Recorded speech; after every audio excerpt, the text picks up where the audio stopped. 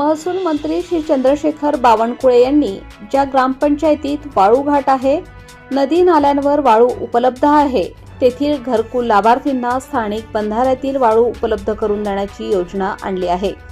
त्या आधारे सदर वाटप सुरू करण्यात आले आहे. ग्रामपंचायत भौर यांच्याकडील घरकुल लाभार्थींची यादी घेऊन प्रत्येकी 5 ब्रास वाळूचे वाटप करण्यात येणार आहे. सदर वाटप गाव पातळीवर ग्रामपंचायतीच्या वाहनाने करण्यात येणार आहे.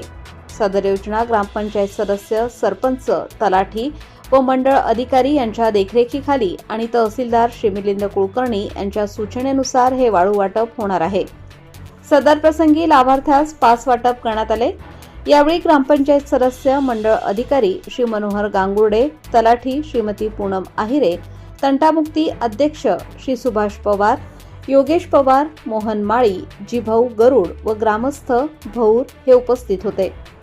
प्रबंधभूमी महाराष्ट्र न्यूजसाठी शरद पवार, भौर. ताज्या व महत्त्वाच्या बातम्या बघण्यासाठी प्ले स्टोअरवर जा, प्रबंधभूमी ॲप डाउनलोड करा व या धावपळीच्या जीवनात अपडेट रहा.